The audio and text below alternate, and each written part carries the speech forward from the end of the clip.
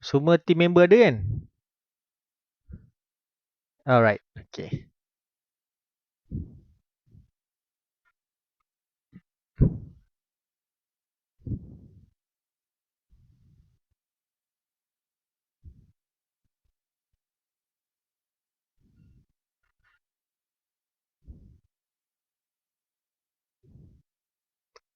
Boleh. Lepas tu satu lagi team prepare. Kita buat satu hari 2 team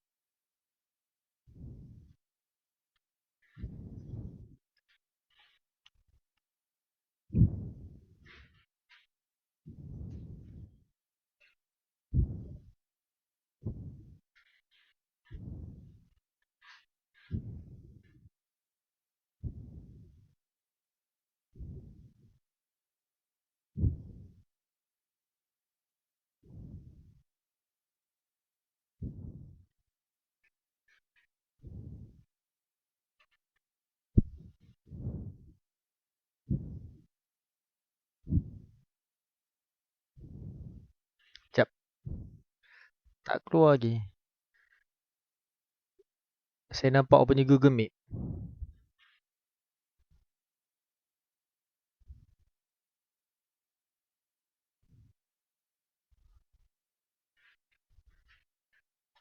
Right, okay.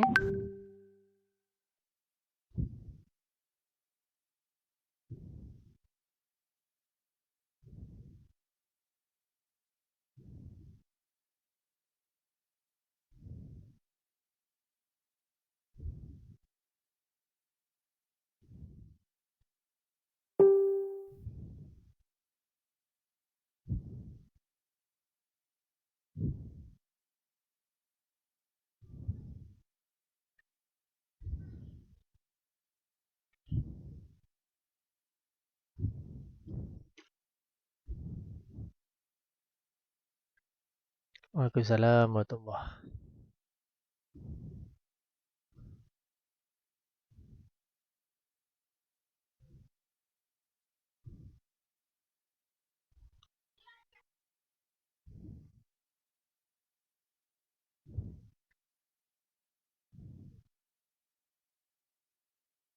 Mhm.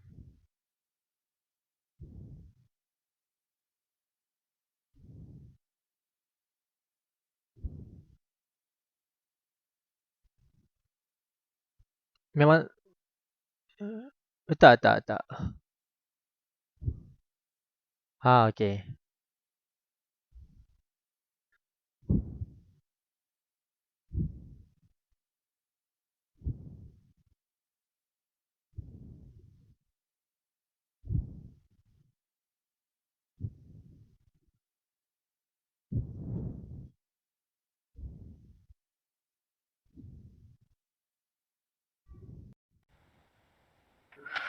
Okey, nampak slide saya? Minta maaf ya. Alright, okay. Ada. Okey. Yang kedua ialah kegiatan mencipta, memperbaiki dan mempersembahkan karya berseni bunyi. Ini dianggap sebagai suatu seni. Makna kata kalau kita cipta ataupun kita mengubah ke, itu panggil sebagai satu seni lah. Manakala mempelajari dan memahaminya adalah sejenis bidang ataupun disiplin. Mana kata macam kita nak cerita sekarang ni tentang bentuk. Mana kata bila kita nak kenal bentuk ini adalah kaedah disiplin ilmu lah. Disiplin dalam memahami muzik tu sendiri. Karya-karya muzik boleh dikelompokkan mengikut fungsi sama ada untuk tujuan hiburan atau pergaulan masyarakat maupun untuk kepentingan seperti amalan agama. Okay.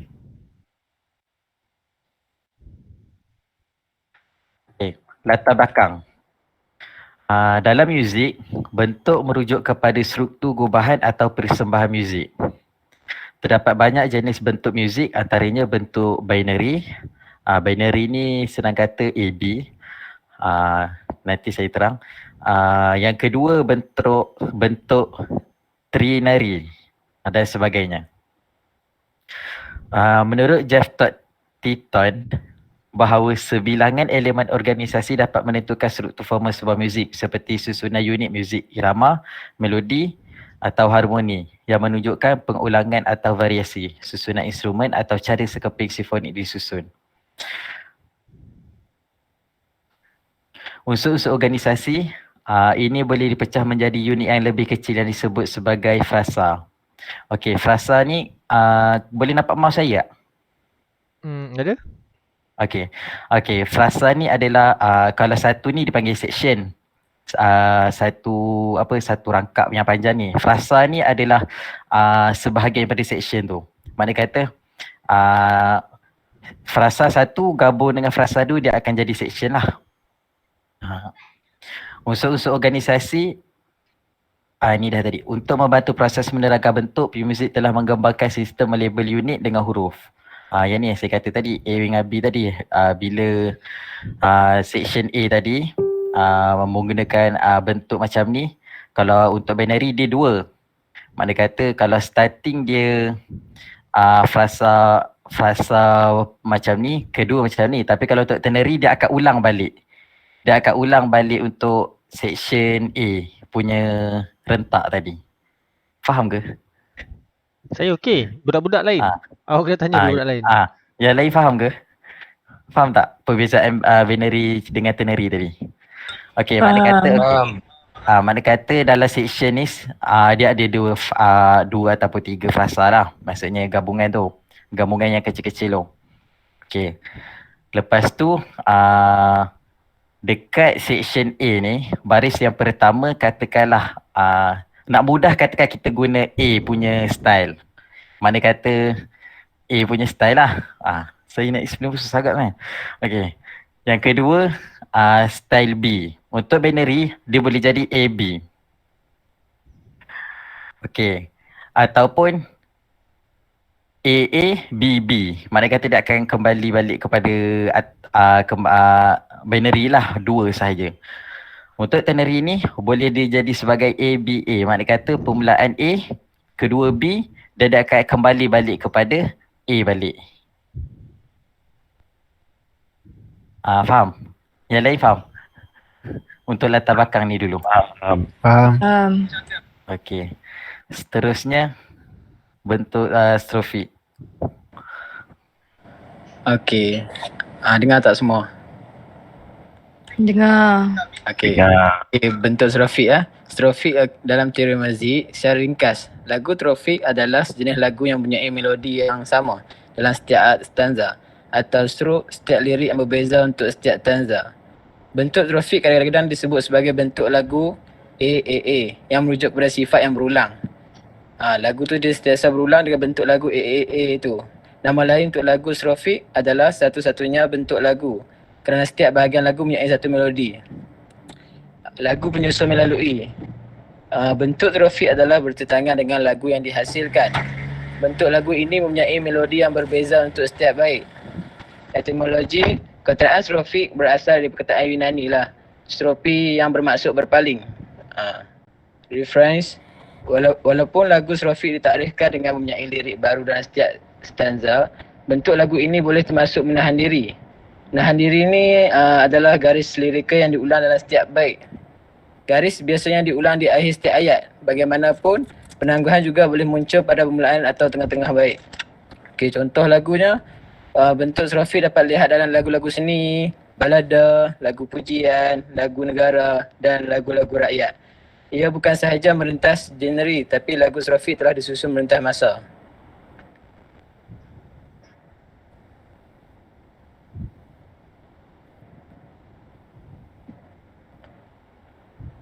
Okey, seterusnya bentuk binari.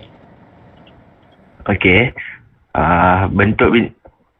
Bentuk binari ni istilah dia digunakan untuk menggambarkan karya muzik dengan dua bahagian yang panjangnya hampir sama. Semua orang boleh tengok contoh gambar tu kat belakang lah, panjang bentuk ni. Bentuk dia.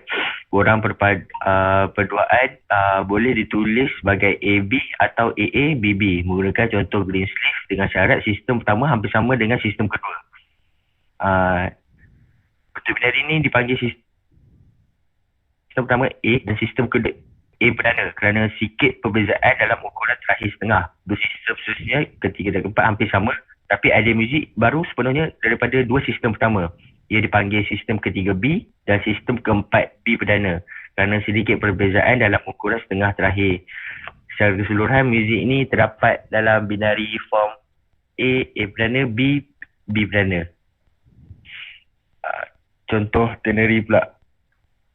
Contoh ternary, bentuk ternary adalah bentuk muzik tiga bahagian di mana bahagian ketiga mengulangi atau sekurang-kurangnya mengandungi idea utama bahagian pertama yang dimaksudi ABA. So dia macam notes. Bentuk ternary ni just ulang-ulang. Terdapat kedua-dua bentuk ternary sederhana dan compound. Da Caprio Arias dalam bentuk ternary sederhana iaitu dari kepala. Da Caprio Arias ni ialah salah satu notes yang menggunakan bentuk ternary lah. Bentuk tenor majmuk atau bentuk trio juga melibatkan corak ABA, tetapi setiap bahagian itu sendiri sama ada dalam bentuk binari, dua bahagian yang mungkin diulang atau sederhana bentuk ternary. Okey. Bentuk melodi atau rantai pula. Yang tadi tak ada sampel Ternary Sampel yang dengan ternary dengan binary ni. Sampel macam mana dia punya music note dia. Kalau awak explain macam ni, orang lain confuse tau sebenarnya ternary ni. Walaupun saya faham lah note dia AB ataupun ABA, ABA, AAA, BBB. So kalau ada sampel berkemungkinan kawan-kawan awak lain ni akan boleh memahami. Sampel-sampel lagu tadi ada awak bagi contoh. Contoh lagu macam lagu negaraku, lagu-lagu rakyat dan sebagainya. So boleh terangkanlah melalui lagu tu macam mana, apa yang dia masukkan dengan binary dengan ternary tadi. Ada lagu Da Caprio Arias tapi saya tak lupa nak masukkan dalam slide ni lah. Alright, teruskan. Contoh yang lagu binary tu, contoh dia lagu macam Bapaku Pulang Dari Kota tu, itulah lagu contoh binary lah yang saya. So apa yang binary kat dalam lagu tu? Tu awak kena explain.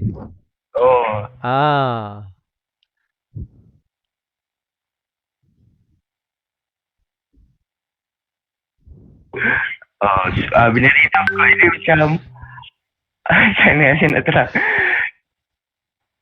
Fira boleh tolong terangkan tak?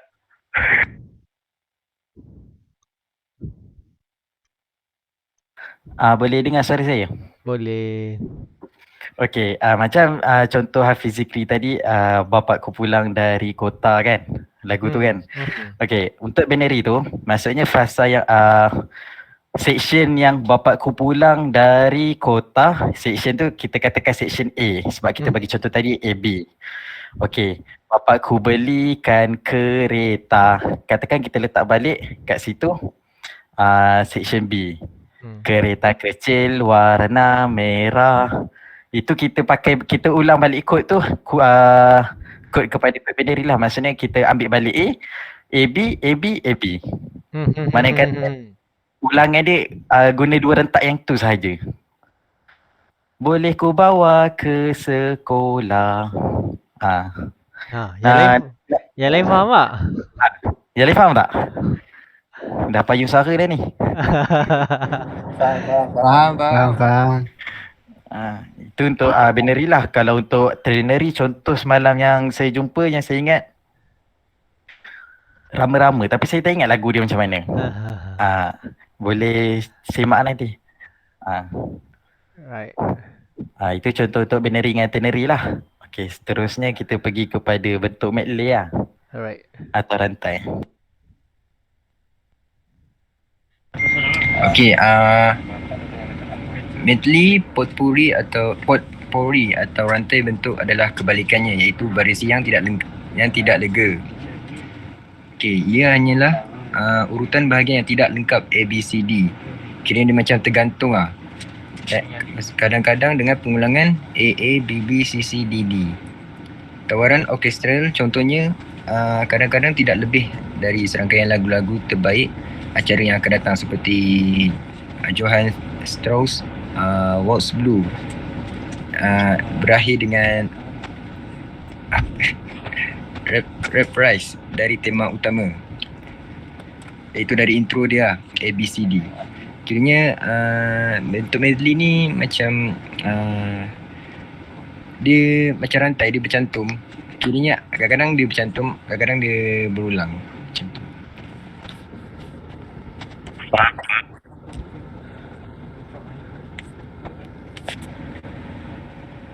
Okey, seterusnya adalah bentuk variasi. Bentuk variasi adalah bentuk di mana elemen formatif yang penting. Okey, yang kedua, tema dan variasi. Tema yang dengan sendirinya dapat berupa bentuk yang lebih pendek daripada binary dan ternary, membentuk satu-satunya bahagian dan diulang selama-lamanya, seperti dalam bentuk strofik, tetapi berbeza setiap kali A, B, A, F, Z, A. Untuk membuat semacam bentuk rantai keratannya, bentuk variasi ni dia punya satu lagi pendek daripada binary dan ternary, dan dia pun sama juga, ada macam ulang-ulang balik macam A tadi kan, tapi lepas tu dia juga ada ulang-ulang seperti dalam bentuk trofik. Cuma kadang-kadang dia berbeza lah. Kadang-kadang dia tak sama A, B, A. Dia kadang jadi A, B, A, F. Tiba-tiba ada F kan. Tidak A, B, A, B. Macam tu. Yang ketiga, varian penting banyak digunakan dalam muzik Inggeris abad ke-17 dan di Pascaglia dan apa nama ni? Dan itu adalah dari bass tanah, tema bass berulang atau basso ostinato berulang-ulang, di mana struktur selebihnya terbentang tetapi tidak selalu berputar, polifonik atau kontrapuntal utas, pembahagian dan keturunan. Ini dikatakan oleh Schulz 1977 sebagai bentuk kecemerlangan standing muzik instrumental solo yang tidak didampingi atau diiringi. Kiranya sebenarnya bentuk variasi ni dia punya tu lebih bentuk dia lebih pendek daripada ternary dan binary, dan dia juga berulang-ulang seperti strofik, tetapi berbeza lah. Dia tidak ulang urut yang sama. Okey.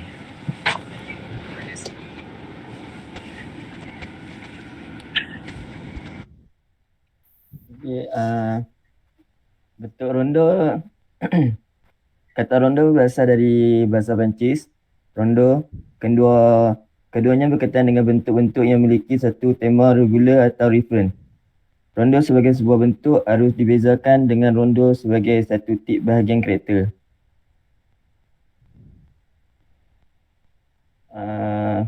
Satu pertama, ianya merupakan pola muzik yang menampilkan kembali sebuah reference secara bersilang dan termasuk koordinat baik dalam gerakan, bertempo, sempat maupun lambat.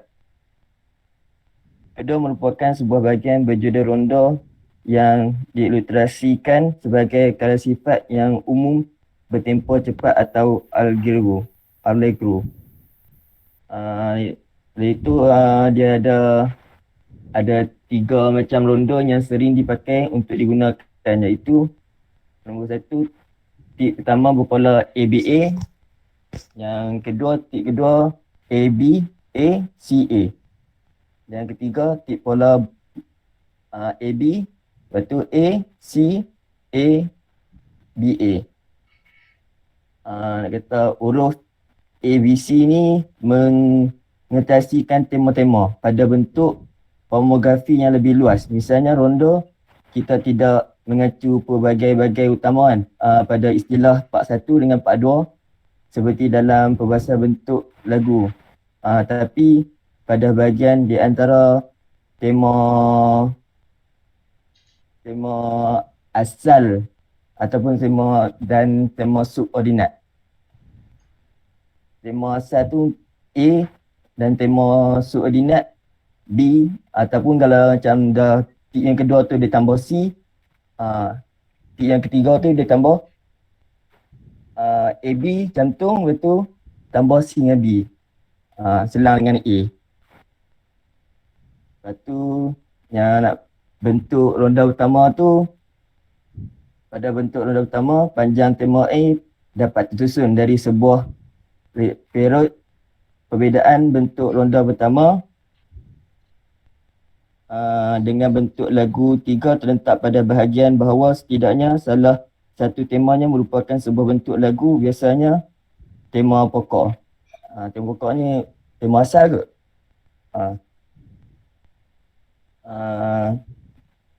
Ada 3 perbezaan yang berdasarkan di antara bentuk ronda pertama dengan bentuk lagu 3 bahagian itu. Yang pertama, tema pertama dari rondo setidaknya merupakan salah satu dari bentuk lagu. Tema pertama tu lagu. Yang kedua, perbezaan pada isi melodi dan ritmi di antara tema pokok dan tema subordinat, iaitu lebih besar daripada di antara bahagian-bahagian bentuk lagu. Ketiga, pola iringan atau struktur yang sama umumnya digunakan pada keseluruhan bentuk lagu.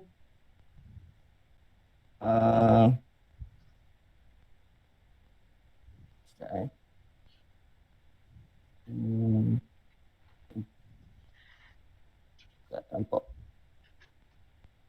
Bentuk lagu pada bentuk lagu ini saya tak nampak. Kita boleh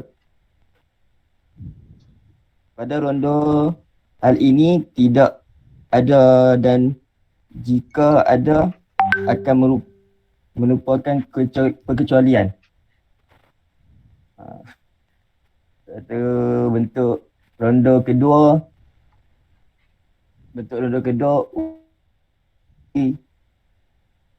panjang setidaknya satu period. Setidaknya satu dari tema-tema merupakan sebuah song filem, kecuali dalam Adigo Sonata OP 13, iaitu Petitik karya Beethoven. Meskipun tidak satu pun dari kelima bahagian pokok merupa bentuk sebuah song form, kita mengklasifikasikan sebagai rondo sebagai first part song kerana individualitas berbagai bagian-bagiannya yang dapat dipertimbangkan sebagai tema-tema. Ni kunci A, B, lepas tu A, lepas tu ada C, ada A, iaitu hubungan perubahan kunci pada bentuk rondo kedua.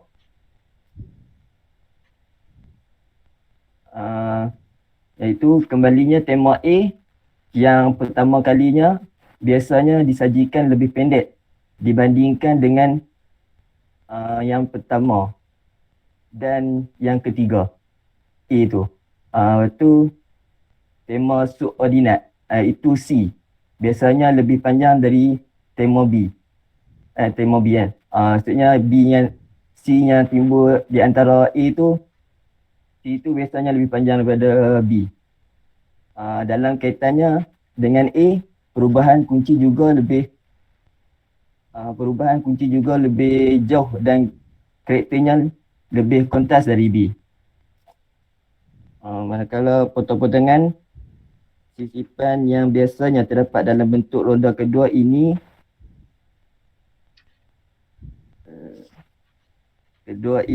antaranya lebih introduksi kondensor dengan disolusi atau transisi setelah tema A, disolusi dan atau retensi set B atau set C dan kod setelah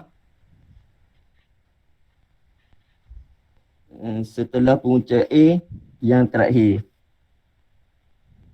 Itu ni bentuk rondo ketiga pula. Bentuk rondo ketiga merupakan perluasan pola ternary yang terbesar. Di distribusi hubungan kuncinya adalah sebagai berikut. Ni ABC ni dia ABC jadi penyataan ni macam berulang lah, susunan perubahan kunci pada bentuk ronda ketiga. Sama halnya ronda pertama dan kedua, panjang setiap tema dapat berkisar dari sebuah period hingga song form. Tema ordinat kedua C yang tengah-tengah tu biasanya lebih panjang dan hanya muncul sekali dibanding A atau B, atau seringkali dalam bentuk lagu 2 atau 3 bahagian.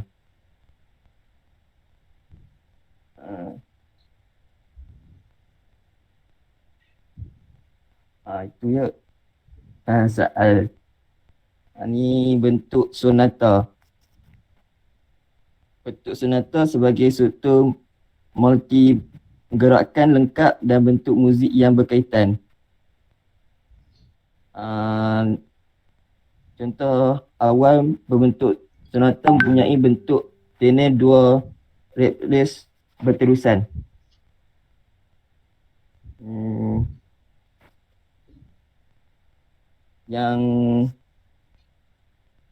Yang kedua, bentuk corak bentuk sonata paling mudah dan kaitannya dengan bentuk binari. Contoh ketiga, contoh awal bentuk sonata mempunyai bentuk tenor 2 rephrase berterusan. Itu kebanyakan idiom muzik yang datang dari 2 tema yang berbeza didengar dalam appreciation. Dalam appreciation, material baru diperkenalkan, dengan kata lain pertama kali dipersembahkan. Terdapat 2 melodi utama yang di mana sebagai the first and second subject. First subject adalah tonic key dan second subject adalah adalah dalam key yang berbeza, selalunya dominant atau relative minor.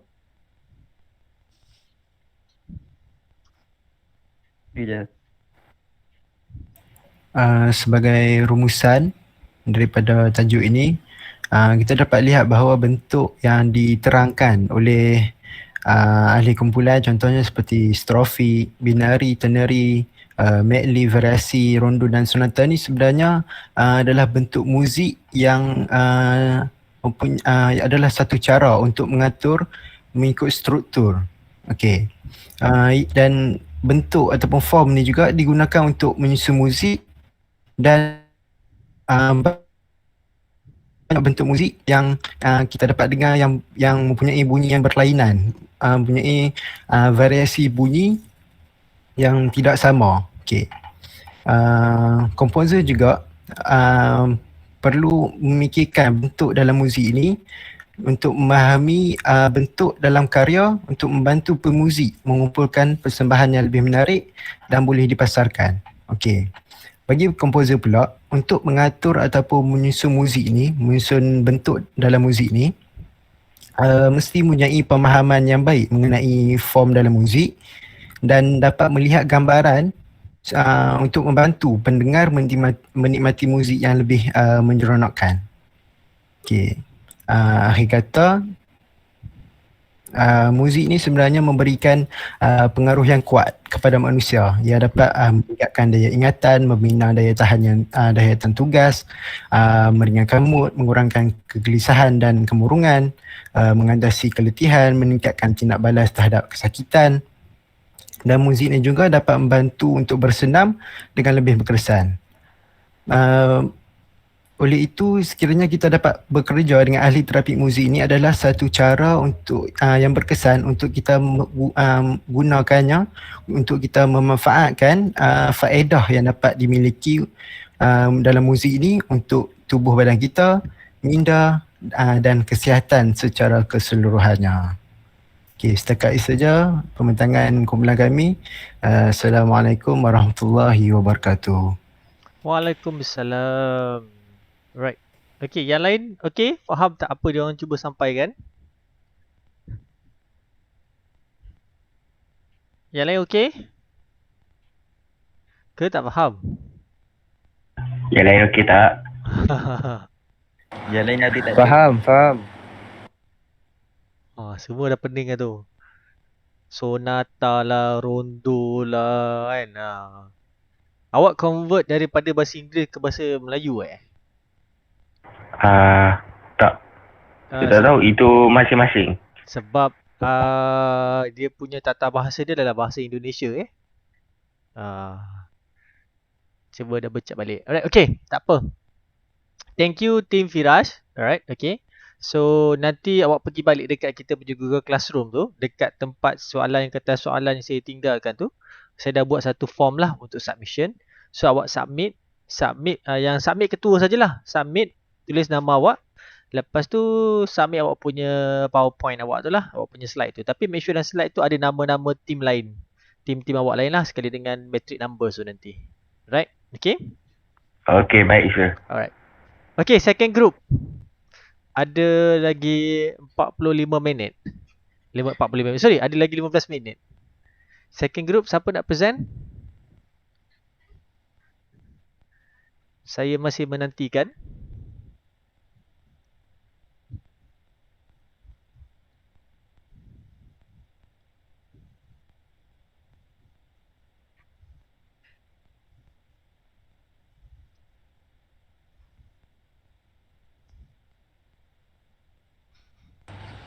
Sir, Ya?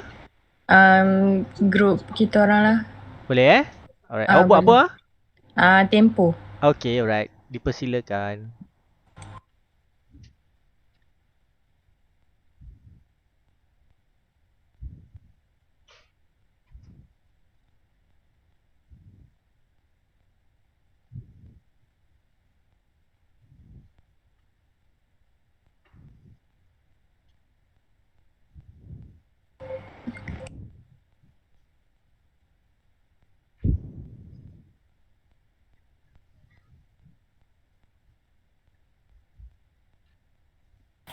Boleh nampak tak? Ada.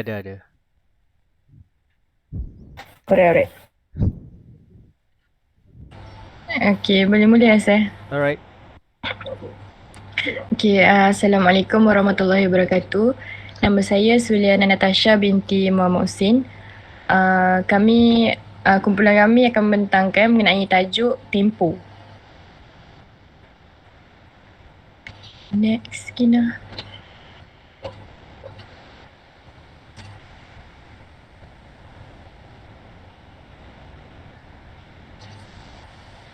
Kina slide seterusnya.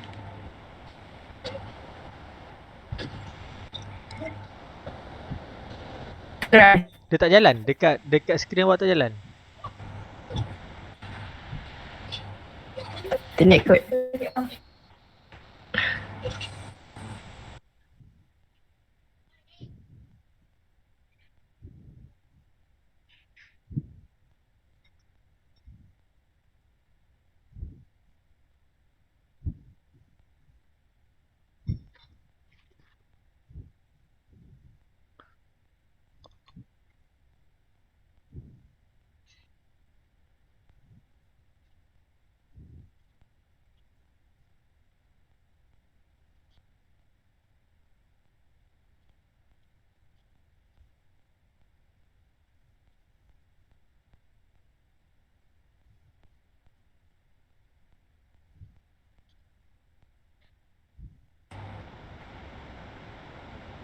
Okay. Okey. Pengenalan dan sejarah tempo. Tempo adalah perkataan Itali pada permulaan sepotong muzik yang menunjukkan betapa lambat atau cepat suatu muzik harus dimainkan untuk disampaikan. Tempo berasal daripada perkataan Latin tempus yang bermaksud waktu. Tempo biasanya diukur dalam ketukan setiap minit. Satu tempo yang lebih perlahan mempunyai sedikit ketukan seminit atau BPM. Sebaliknya, tempo lebih pantas mempunyai lebih banyak BPM. Pada tahun 1600, komposer BPM tu muzik... apa? BPM tu... Mana kata dia? Beats per minute. Iya, ya. betul. Beats per minute. Alright, okay.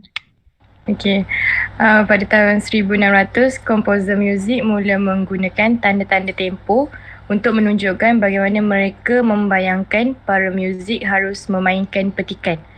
Sebelum itu, komposer tidak mempunyai cara untuk membiarkan pemuzik tahu apa yang dia fikirkan untuk tempo. Seterusnya,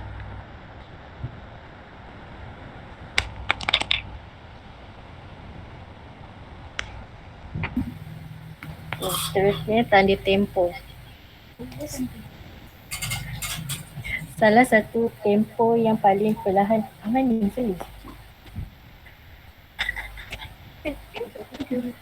Salah satu tempo yang paling perlahan adalah tuburan, yang seperti namanya menetapkan suasana yang penuh.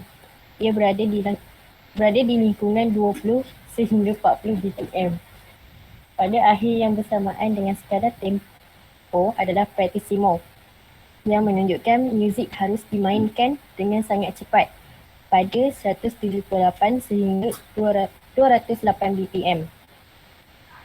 Tanda tempo adalah cara komposer untuk membiarkan pemuzik tahu cara memainkan petikan atau keseluruhan bahagian untuk mewujudkan suasana hati yang dimaksudkan. Sostenuto sebagai contoh menandakan nota harus dikekalkan atau dimainkan sedikit lebih lama daripada nilai-nilai mereka menunjukkan, memberikan penekanan kepada petikan yang dinyatakan. Next.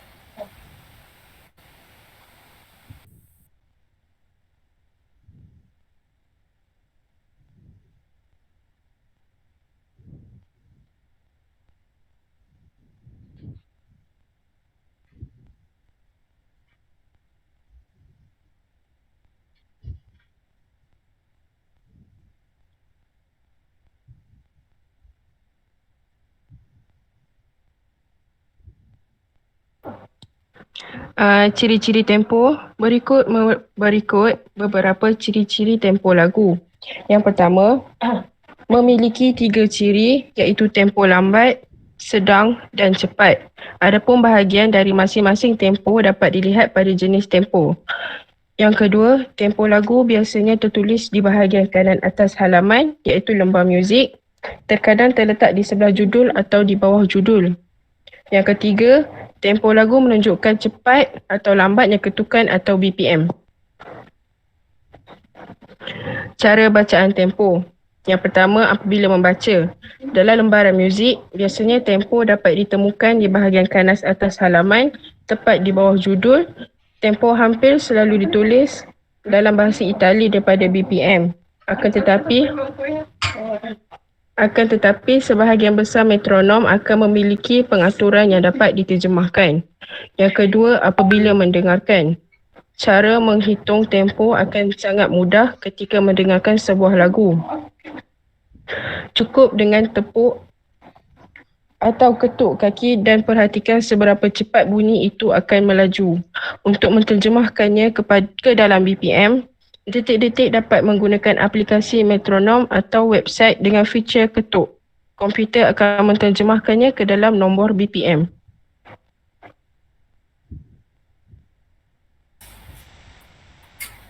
Untuk tanda-tanda tempo asas, terdapat beberapa istilah muzik Itali yang menggunakan tanda tempo berikut. Antaranya ialah Largissimo, sangat perlahan, hampir mati 20 BPM ke bawah. Kubur.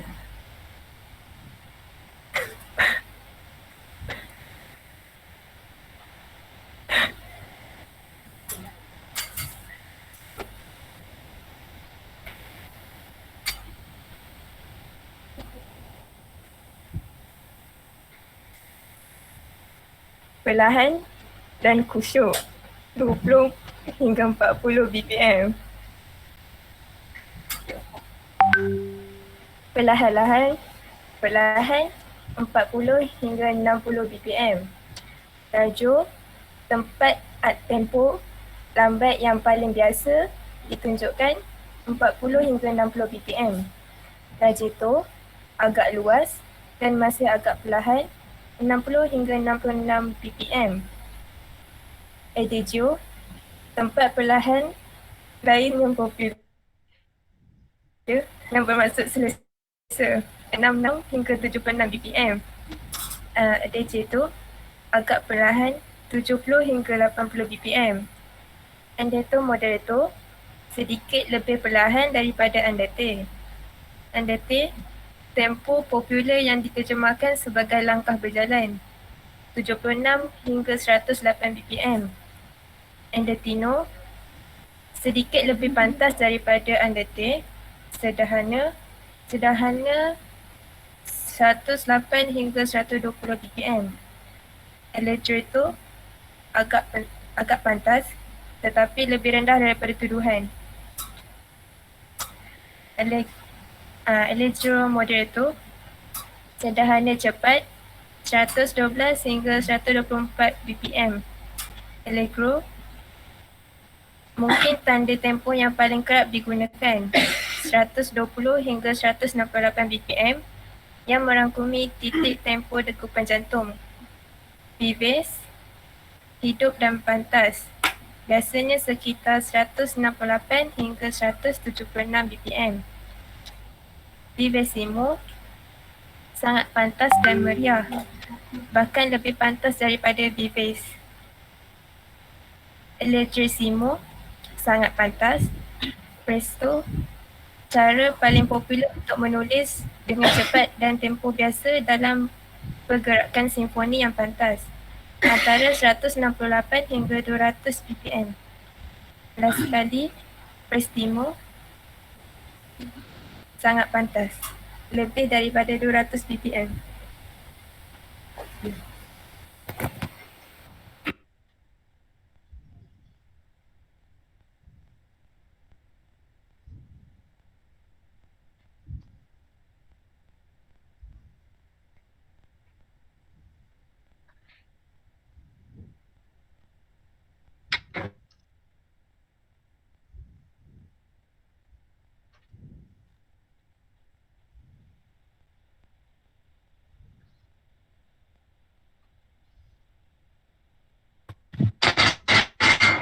Beat per minute. Beat per minute adalah kaedah paling tepat untuk menunjukkan tempo cepat atau tempo perlahan.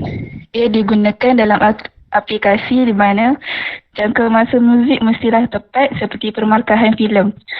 Ia juga digunakan untuk menetapkan metronom yang digunakan pada rakaman profesional tahap tertinggi. Kaedah ini melibatkan pemberian nilai berangka pada tempo. Beats per minute sangat jelas. Ini menunjukkan jumlah denyutan dalam 1 minit. Sebagai contoh, tempo yang dicatat sebagai 60 BPM akan bererti ketukan terdengar tepat sekali sesaat. Tempo 120 BPM akan 2 kali lebih pantas dengan 2 denyut sesaat.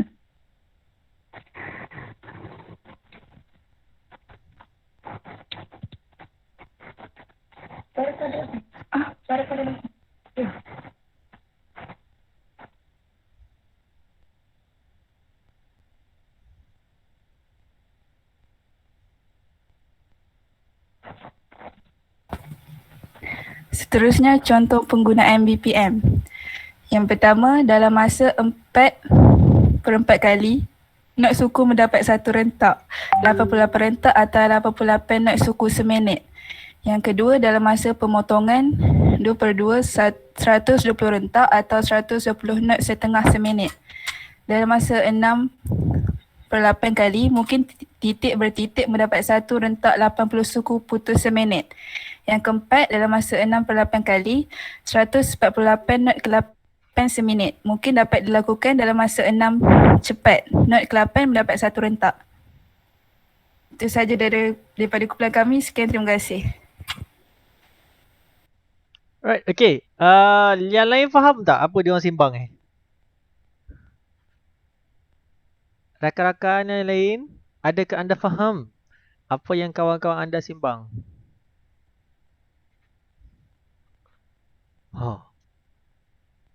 Faham. Kurang faham. Atif faham Atif? Apa dia orang simbang, cerita balik. Firas dekat faham. Saya jaga kurang faham. Firas tak faham, tak apa yang faham ni. Saya nak tanya, apa awak faham? Saya cerita balik. Firas tak faham. Atif, saya cerita Saya balik. jaga kurang faham ni, sir. Saya jaga kurang faham tadi. Saya cakap kurang faham. Okey. Siapa yang faham? Siapa faham? Sir. Ya. Yang metronom tu yang macam kita belajar dekat dalam apps ke yang ting. Okey. Yang okey. Itu metronom. Alright. Okay. So apa yang kawan awak? Sepatutnya siapa ni? Siapa ketua ni? Suliana Siapa ketua ni? Amani ke Suliana? Siapa ketua? Dah hilang. Hilang terus. Mana dia orang Amani? Awak ketua Sakinah. Mana Sakinah? Internet dia slow, sir. Oh, internet dia slow. Okey. Wakil lah awak Siapa wakil ni? Okey.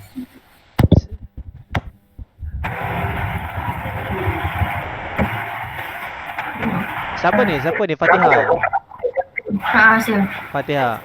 Kenapa tak simple? Siapa apa contoh?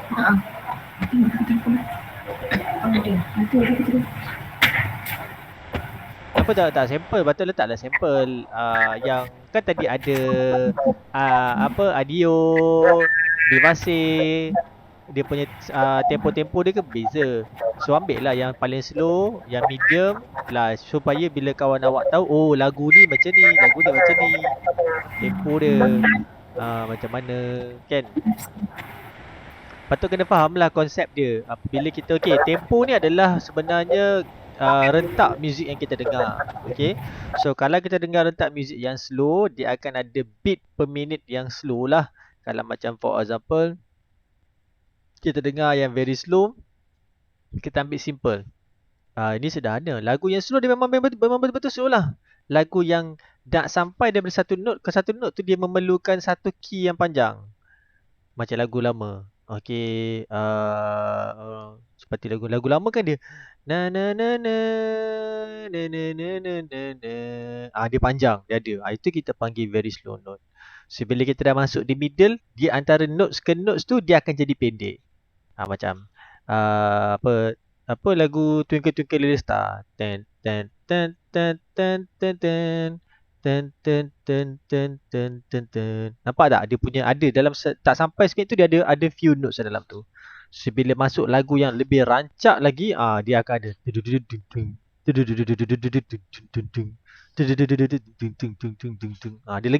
lagi banyak the numbers of tu.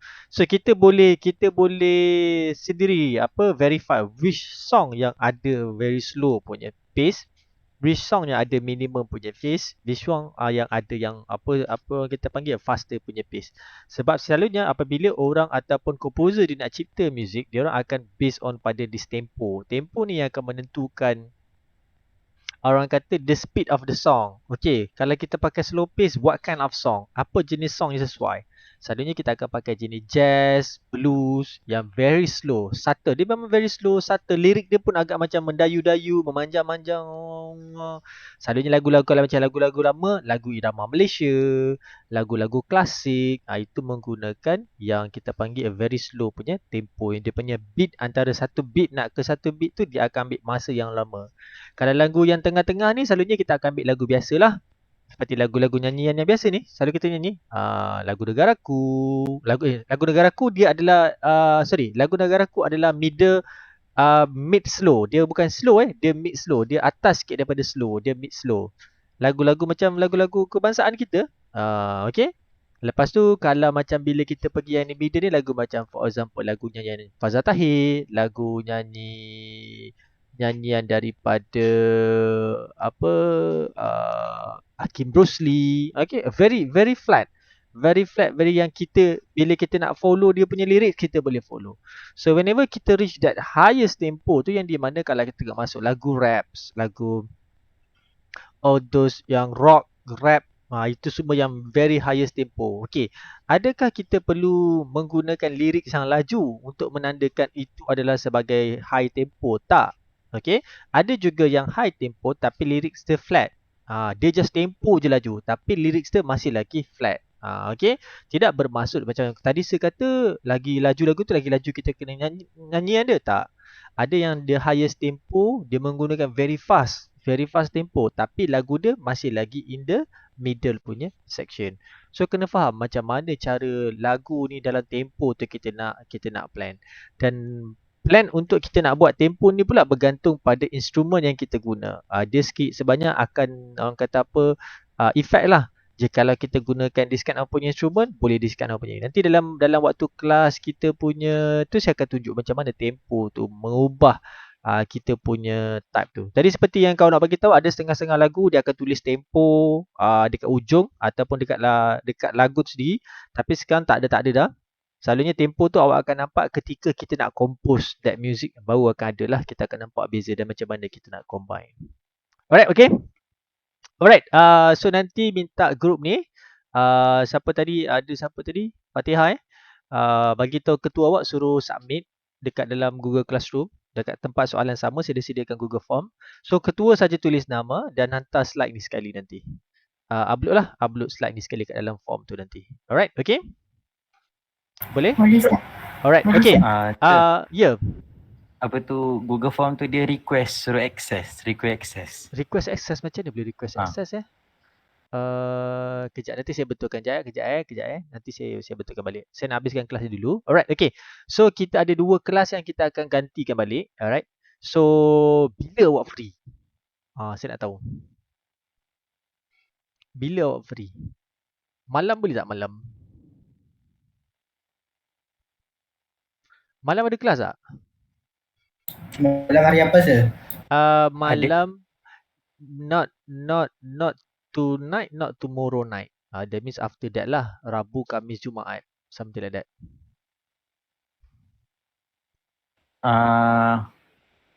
Hari Rabu ada rasanya. Kejap saya check Cuba check hari Rabu Jumaat ada kelas ke?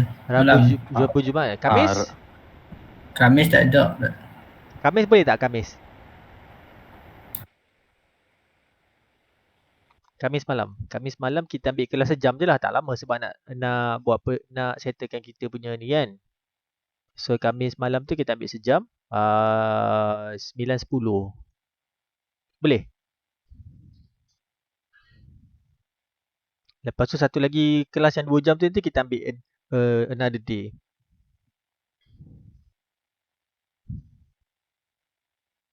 Boleh tak kita set on Khamis ni untuk kelas ganti minggu lepas. Yang sejam punya tau, bukan yang 2 jam tu. Yang sejam punya.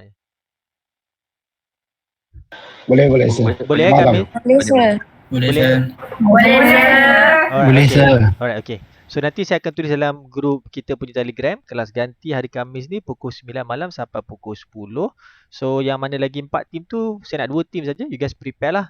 So siapa nak present just on that hari Khamis tu nanti. Alright, okay?